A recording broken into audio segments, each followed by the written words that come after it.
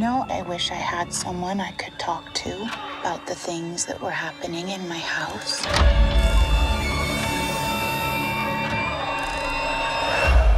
Mom?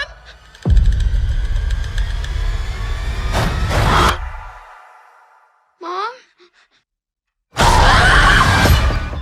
Cobweb, the new-ish original horror that isn't Talk to Me, since I reviewed that last time. Although this one is also a small cast and produced by A24, it is a very different film. Now, full disclosure, I was trying to see Barbenheimer this past week, but I ended up being too busy for a 3-hour-long movie, so Oppenheimer was out. I tried for Barbie, but literally it's such a huge phenomenon right now that every screening in every theater that I checked was sold out aside from the front row. And yeah, I'm not doing that.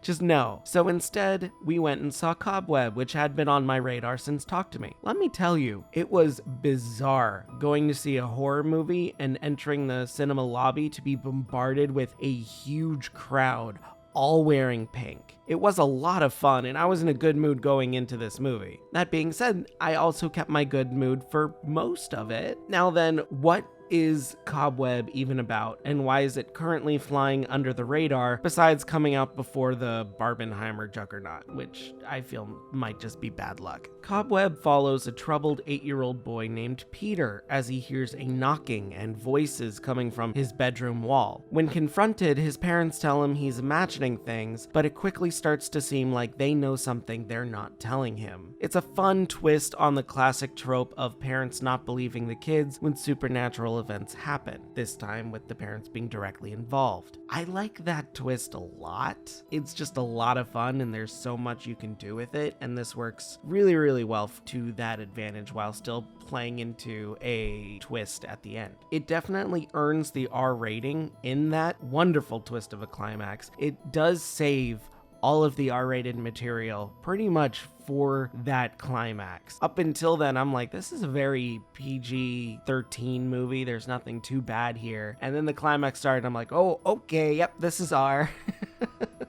It was fun. I like it when it can subvert expectations like that. The R rating is very much just an excuse to go a bit gory and just go nuts with it, which I like. I think it's a very fun payoff. Peter, played by Woody Norman, is a pretty damn good actor despite being so young. He handles the scared yet cautious demeanor of an abused child wonderfully well. His teacher, Miss Devine, whose name is a bit on the nose, is played by Cleopatra Coleman in a very believable way to how this movie works. I like how she sees the trauma in Peter and immediately does what she can to help. She's great, and I find it funny. It's not really a spoiler, she's a substitute teacher, not his real teacher. You never find out what happened to his real teacher. She's just gone. And Miss Devine comes in, and I was like, why not just make her the actual teacher? But then I guess the relationship with Peter wouldn't be genuine because she would have known him already. And this isn't an immediate, ooh, this kid needs help, let me help kind of scenario. I feel like maybe they could have fixed that by making him a transfer student or something. I don't know. It's just a very weird detail that they didn't bother to explain, which, as you'll find out later, is a lot in this movie. The true stars of this movie, though, if you can imagine it, are Peter's parents, taking up a very major role here. Played by Antony Starr Lizzy Caplan, who you might just recognize as Homelander himself from The Boys and Janice Ian from Mean Girls. Oh geez, she also voices Reagan in Inside Job? How did I miss that? Yeah, everything goes back to Mean Girls. You talk about Degrees of Kevin Bacon, what about Degrees of Mean Girls? Oh my god, everything goes back to this movie, always. But anyway, these two are a delight whenever they are on screen, and especially when they are playing off of each other. They act in truly bizarre ways, and they use their facial expressions and odd acting quirks to the extreme. Honestly, it was a bit off-putting and it felt weird very early on. Like, it felt like their acting was bad at first, but then I kind of got into it and I'm like, oh, I see what's going on, and it really opened up. They were acting bad intentionally because it plays into things later on. I think it came together really, really well by the end. There's some great cinematography in this film too. The director, Samuel Bowden, doesn't actually have a lot of projects under his belt, mostly with French projects, including the Netflix horror series Marianne, which I haven't watched, but man, does he have a fun style. There are countless shadow play shots throughout the film, all looking gorgeous, by the way. He really knows what to do with his shadows and how to put them on walls, make them look a lot bigger than they actually are. There's so many times where the camera focuses almost exclusively on shadows, and it's great. And there are some clever tracking shots here and there as well. His foreshadowing, though, isn't fantastic, however, and geez, does he like turning the camera to Dutch angles during some action shot. Those felt repeated a bit too much. But the weirdest part of this movie is the absolutely bizarre and widespread references or direct homages to other horror films, from well-known flicks to indie projects from years ago. I was counting them on my hands in the theater as I started noticing them go by, starting with a very familiar bathroom layout, which reminded me of Evil Dead Rise, which used the same bathroom layout as the famous scene from The Shining. There's a Coraline reference, a Babadook reference in the way a character moves, a Hereditary reference, an Oculus reference, Trick or Treat and Halloween references. There's a reference to The Strangers, and there were even 2 direct shot-for-shot recreations of Creep's iconic cover with the shadow and silhouette play. That had to be intentional. Absolutely. The pictures just match way too much. There are ones that I'm not sure if they were just shot similarly or were references as well, like a shot from The People Under the Stairs, or even a shot that played out almost exactly like a scene from Smile. It was absolutely bonkers seeing this many references in one movie, and that they were all played seriously or were sometimes major plot points. It baffles me, but it feels like a lot of these were intentional. I really hope so. Props to Bowden then, because just wow, cool. The movie isn't a perfect film, however, and does require a certain amount of suspension of disbelief. It has some pacing issues as well, but moves along at a pretty brisk pace. Also, this is a very, very Halloween movie. Trick-or-treaters, pumpkins, etc., so it's a little weird that it came out in July. Maybe it's so that it can be on streaming around Halloween, but it feels like it's out just a bit early. Maybe put it back into September. It's weird. You have a movie so focused on Halloween, but Halloween is 3 months away, so what's going on? Also, bit of a nitpick, but for a movie named Cobweb, there sure weren't a lot of spiders. One not scary, tropey scene that never comes back into play is not enough to justify that title. I get why it's called Cobweb by the end, but there are so many other unique titles one could put onto it if they, gave it a little thought. Lastly, and this is my biggest issue, the movie ends really abruptly. Like, it has an ending monologue right where the conclusion's wrapping up, and then it cuts to black before a proper resolution. Again, I get why in this context, but it feels